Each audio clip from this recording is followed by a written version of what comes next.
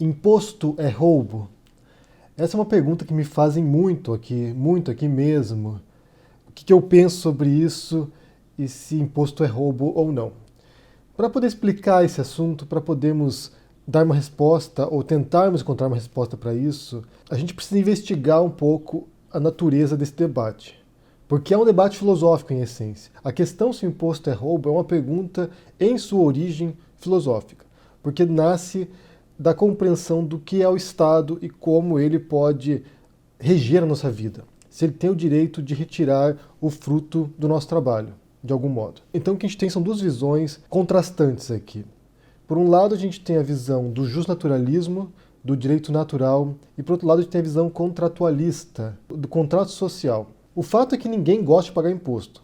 Então isso aí é autoevidente. Mesmo quem diz que paga imposto de bom grado, só diz isso porque compreende de algum modo que o seu imposto serve para o bem maior, para ajudar outras pessoas e a sociedade como um todo. Mas ninguém gosta de pagar imposto. Então vamos analisar então esses dois pontos, que eu apresentei aqui. O justnaturalismo, o direito natural e a visão contratualista. Porque a resposta para essa pergunta, imposto é roubo, vai depender em grande medida em qual dessas duas visões você se situa, qual dessas duas visões você acolhe. Vamos começar então com a visão do direito natural, que é uma visão apregoada pelo John Locke, pelo filósofo britânico, que é conhecido como o pai do liberalismo. E ele trabalha essas questões num livro chamado Segundo Tratado sobre o Governo Civil. O que diz John Locke? O que o Locke diz é basicamente o seguinte: que a gente, no estado natural nosso, antes de viver em sociedade, a gente tem que pensar que esse antes de viver em sociedade é hipotético. Ele não está falando de algum momento no tempo histórico de fato. Ele só está pensando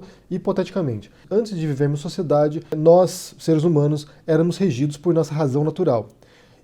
E essa razão natural, dada por Deus, então uma visão teísta, nós, criaturas divinas, temos essa razão natural, e essa razão natural ensina, segundo Locke, eu vou citar aqui o autor, ensina a todos os homens, se quiserem consultá-la, que sendo todos iguais e independentes, nenhum deve prejudicar o outro, quanto à vida, à saúde, à liberdade, ao próprio bem. Então os direitos naturais para o Locke, direitos que existem antes de vivermos em sociedade, seriam o direito à vida, à saúde, à liberdade, ao próprio bem, à propriedade. Então o direito à propriedade é um direito natural, segundo Locke. E ninguém pode nos privar da nossa propriedade sem nosso consentimento. Porém, essa vida, nesse estado natural, ela tem os seus contras.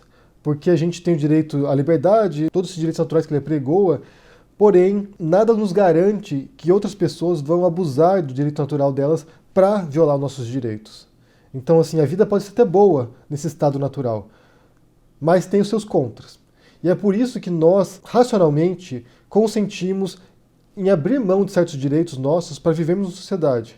Então a gente vai, em comum acordo, aceita restringir certos direitos para que nós tenhamos segurança, para preservarmos nossos direitos. Então, assim, o Estado, a Constituição do Estado, visa preservar nossos direitos. A gente abre mão um pouco deles, mas eles preservam nossos direitos. Quais são os direitos preservados pelo Estado? A vida, as leis que proíbem que você mate outras pessoas e pune as pessoas que cometem homicídio. Você tem leis que resguardam a propriedade, leis contratuais, você tem leis que resguardam a liberdade também. Então, quando você cria o Estado, você cria visando preservar direitos naturais nossos. Essa visão do Locke dos direitos naturais está no cerne dos direitos humanos, dessa noção que nós temos direitos inalienáveis, dos quais a gente não pode abrir mão. E um deles é a vida, a propriedade, a saúde, a liberdade. São direitos inalienáveis. A gente não pode abrir mão desses direitos. Principalmente, como eu disse, porque isso tem uma origem divina. Deus nos deu esses direitos. Essa é a visão conhecida como justnaturalismo, que o Estado visa preservar nossos direitos naturais. O John Locke ele se opunha a uma outra visão contrastante que é a do Thomas Hobbes, também um filósofo britânico e que escreveu no Leviatã um tratado de filosofia política. Só que o Thomas Hobbes tem uma visão completamente distinta do Locke em relação ao estado natural. Antes de vivermos sociedades, nesse estado natural hipotético proposto tanto por Locke quanto por Thomas Hobbes, para o Hobbes a gente vivia num estado caótico, de violência, de temor, de medo. Porque nós temos o direito de autopreservação, de preservar nossa própria vida. Porém, também nesse estado natural, a gente tem direito a tudo. A de roubar o outro, a matar os outros, a de fazer qualquer coisa com os outros. Porque esse é um estado sem leis, é um estado sem limites. Para nós preservarmos a nós mesmos, a gente pode fazer qualquer coisa. e fazemos qualquer coisa no estado natural, segundo Hobbes. O que ele diz é que nesse estado natural, o que você identificaria é uma guerra de todos contra todos, porque todos são inimigos potenciais uns dos outros. O que ele diz aqui, citando Thomas Hobbes, que o homem é o lobo do homem.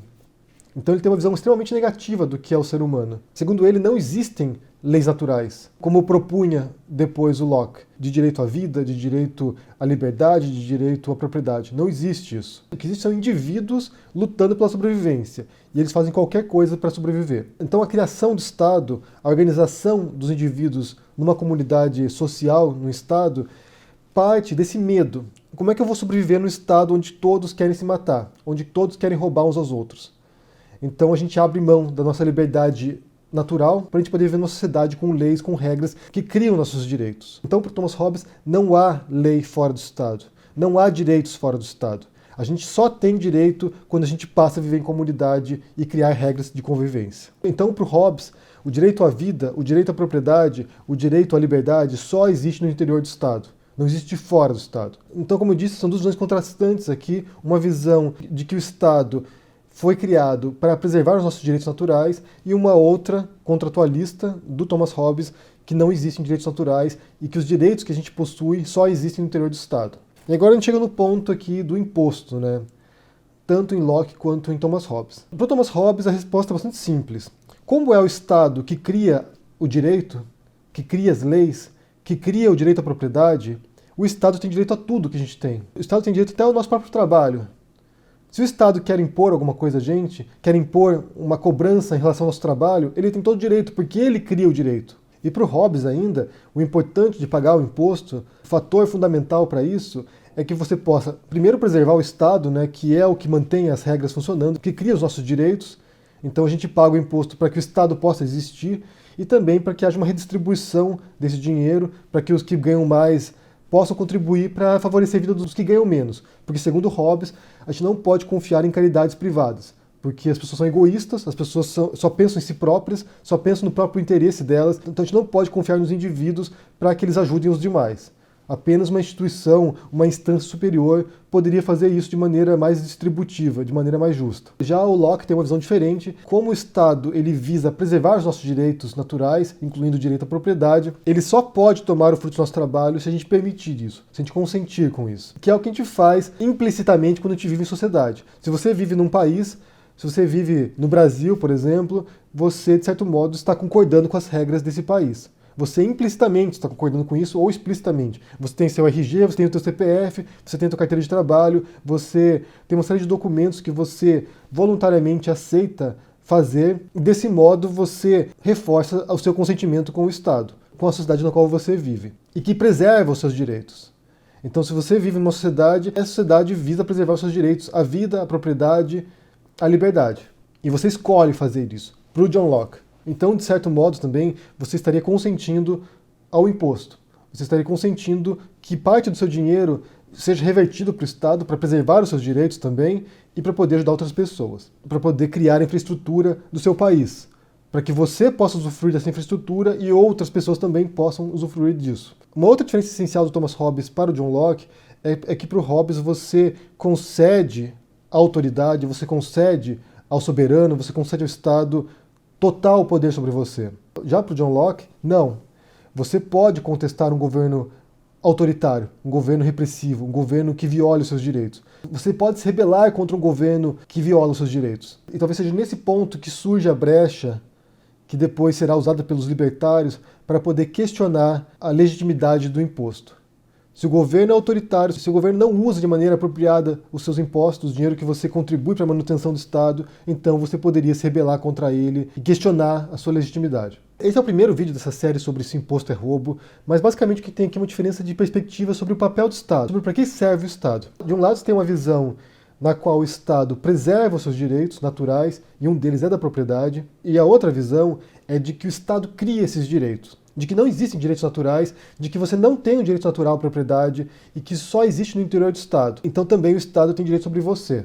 Porque para ter segurança, para ter uma vida melhor, você voluntariamente aceitou viver nisso. Ou seja, a sua posição nesse tema vai depender se você acredita que existem direitos naturais dados por Deus, como no caso de John Locke, ou por alguma outra razão, se existem de fato esses direitos inalienáveis à propriedade, à vida e à liberdade, ou se isso só existe no interior do Estado. Se fora do Estado, nós podemos nos matar mutuamente e será um caos. Será uma guerra de todos contra todos. Mas a gente vai voltar ainda para se aprofundar mais sobre essas questões aqui em alguns vídeos futuros, ainda essa semana. Então, eu quero saber o que você pensa sobre isso. Primeiro, se você pensa que há direitos naturais, de que fora do Estado, fora da sociedade, a gente tem direitos ou não. O que você pensa sobre isso? E também responda aí embaixo se você acha que imposto é roubo ou não. E por quê? Deixa no comentário aqui embaixo o que você pensa, deixa o joinha, assine o canal, ajude no apoio e a gente se vê por aí. Abraço e até mais. Tchau!